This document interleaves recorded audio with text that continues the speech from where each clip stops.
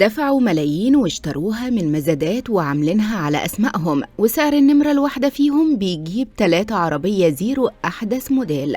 أصل الحكاية مش مجرد حديدة مكتوب عليها أرقام، دي وضع اجتماعي وتمنها بيوصل لأرقام خيالية تخليك مش مصدق نفسك.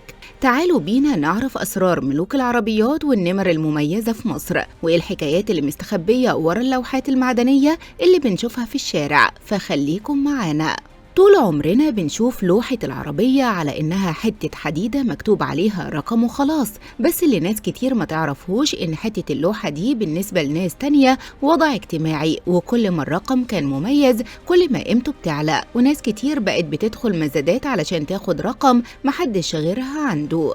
البداية لازم تكون من عند تقيل التقل محمد أبو العينين، رجل الأعمال المعروف واللي بيمتلك أسطول عربيات بيعتبر متحف متحرك. الراجل ده عنده بوجاتي فيرون سوبر سبورت، ودي مش مجرد عربية، دي وحش ماشي على الأرض بقوة 1200 حصان، ومفيش منها في العالم كله غير 30 نسخة بس، وسعرها بيقدر بحوالي 200 مليون جنيه، يعني ثروة ماشية على 4 عجلات، وده بحسب المصري لايت.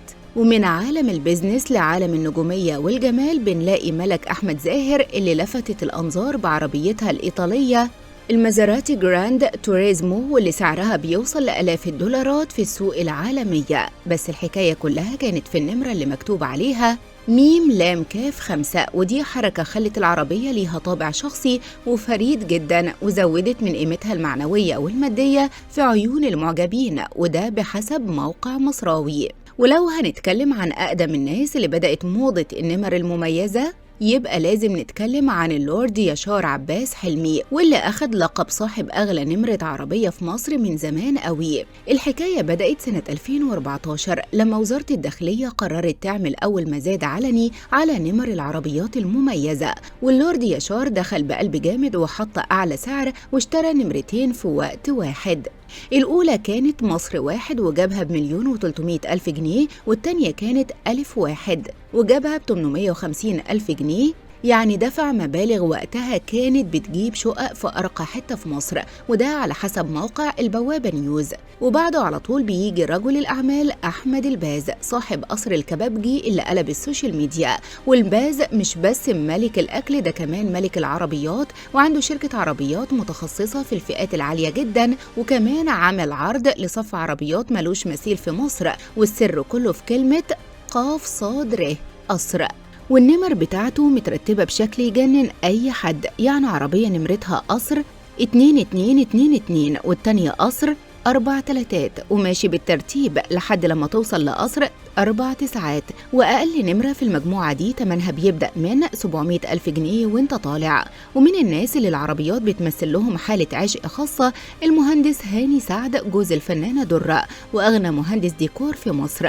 هاني سعد بيعتبر العربية هي المكافأة اللي بيديها لنفسه بعد كل نجاح بيحققه في شغله، وبدأ بميتسوبيشي كولت موديل 96، ودلوقتي عنده جراج مليان بأفخم الماركات، وكل نمر عربياته واخدة أول حرفين من اسمه ه وسين.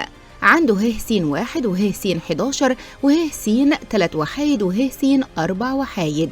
والموضوع ده هو اللي كشف قصة حبه لدرة قبل ما يعلنوها رسميا، لما هي نشرت صورة في عربية نمرتها ه س 1، والناس قعدت تدور لحد لما عرفت إنها عربية هاني سعد، ده غير إن عنده عربية تانية نمرتها سعد 5، وإجمالي اللي دفعوا في النمر بس معدي إلا 4 مليون جنيه.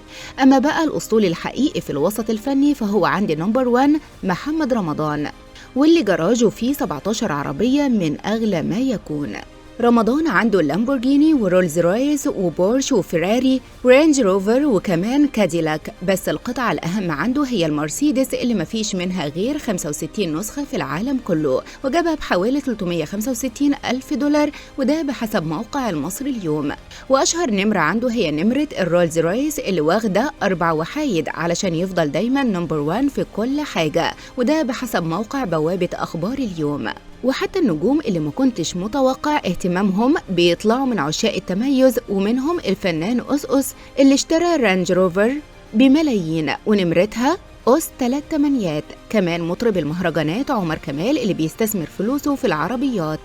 عمر كمال الساعات اللي فاتت قلب الدنيا على السوشيال ميديا لما قال إن عنده 5 عربيات أحدث واحدة فيهم سعرها وصل لحوالي 9 مليون جنيه، وده حسب موقع فيتو.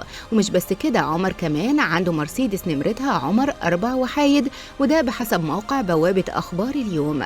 الموضوع في مصر ما بقاش مجرد وسيلة مواصلات، ده بقى استثمار وشياكة ومنافسة مزادات بتوصل لأرقام فلكية، والكل بيحاول يثبت إنه صاحب النمرة الأهم والاسم الأقوى على اللوحة المعدنية. وانت بقى بعد كل الملايين اللي سمعتها دي قولي نمرة عربيتك كام؟